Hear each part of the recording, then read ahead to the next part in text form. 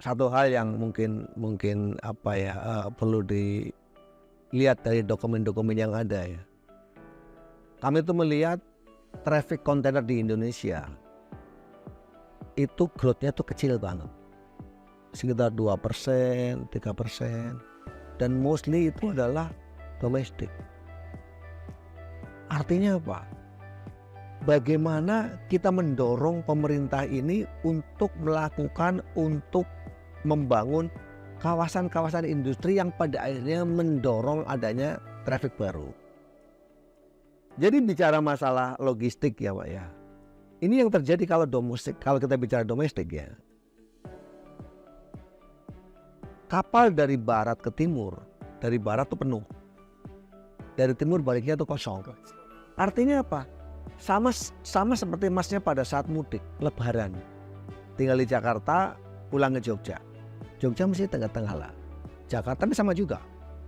Dari Jakarta ke Jogja, pada saat lebaran, arus mudik, penuh semua. Dari Jakarta ke Jogja penuh semua. Setelah ngedrop masnya di Jogja, balik ke Jakarta kosong apa enggak? Praktis kosong. Artinya apa sebenarnya? Kita mensubsidi atau mengcarry beban arus balik. Itu yang terjadi di Indonesia untuk logistik. Karena return kargonya itu kecil sekali.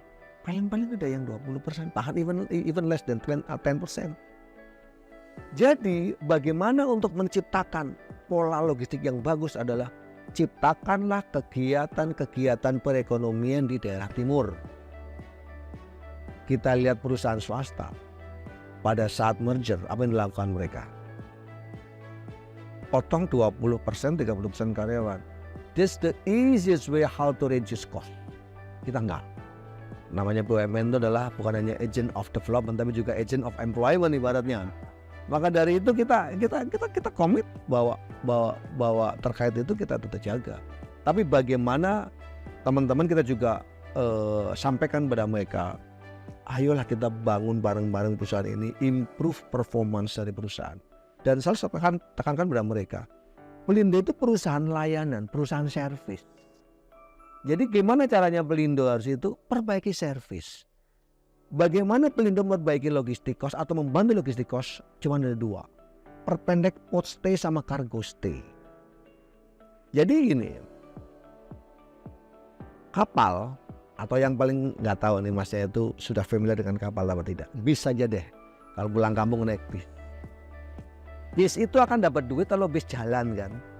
Kalau bis nongkrong di terminal nggak dapat duit, malah keluar duit. Karena untuk beli minum, untuk tempat gaple, kan nggak dapat duit. Bis itu mempunyai opportunity untuk mendapatkan duit apa bisnya itu berjalan. Sama dengan kapal. Semakin pendek kapal di pelabuhan, maka opportunity kapal tersebut membawa penumpang apa membawa barang itu akan semakin tinggi. Nah ini kaitannya dengan perpendek port stay sama cargo stay, itulah transformasi yang dilakukan oleh Pelindo. Lagi namanya Pelindo itu adalah perusahaan layanan. Referensi bahwa ini bagus apa tidak yang tadi saya sampaikan adalah port stay sama cargo stay. Ya. Pada saat nanti saya bilang, ini target saya itu adalah membuat dashboard ya, sehingga pemerintah atau pengurus Pelindo itu bisa melihat bahwa masing-masing pelabuhan itu in term of operation itu improve atau declining atau nggak ada apa-apa. Nah nanti kita dorong dengan angka-angka seperti itu. Karena apalagi lagi mas ya, terkait dengan proses melayani peti kemas misalnya, itu benar-benar harus stabil benar. Itu harus berdasarkan planning and control. Artinya apa? Sebelum aktivitas itu terjadi, dilakukan perencanaan. Resourcesnya disiapkan, deployment resources. Ada alat, ada dermaga, ada people. Itu disiapkan semuanya. Dan itu harus dilakukan controlling status menerus. Ibaratnya kayak bayi. Namanya kapal operasi 24 jam. Ya ditungguin lah 24 jam. Untuk memastikan apa? Untuk memastikan apa yang direncanakan tersebut dapat berjalan dengan benar di lapangan. Karena semuanya itu dinamis. Kita rencanakan seperti ini, tiba-tiba satu alat mogok. Apa yang dilakukan?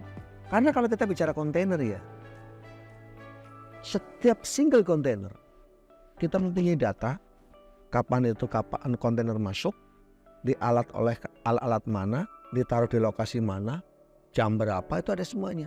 Jadi dari awal perencana udah tahu alat ini akan digerakkan oleh alat ini, kontainer ini akan dilakukan oleh ini, itu sudah ada semuanya. Coba bayangkan alat yang sudah kita assign tiba-tiba mogok. Itulah kenapa namanya planning and control. Proses berbasis planning and control. During operation itu harus dikontrol dengan betul. Nah saat ini yang kita lakukan adalah melakukan standarisasi proses menggunakan single system. Jadi nanti peti kemas seluruh Indonesia akan menggunakan sistem yang sama. Artinya apa? Terkait dengan resources, ya, terkait dengan resources. Apabila ada masalah di sini, kekurangan katakanlah people di sini, saya akan bisa mudah dengan ambil dari sini. Karena apa? Barangnya sama yang dihadapin, memang perlu familiarisasi, tapi jauh lebih cepat karena sistemnya sudah sama. Itu kita lakukan. Dan teman-teman sudah bagus di bawah, lakukanlah internal competition. Jadi sekarang adu performance di grup-grup mereka tuh saling ledek. Gue performanya segini nih, gue segini nih. Udah saling panas-panasan dalam artian positif. Itu udah mulai seperti itu.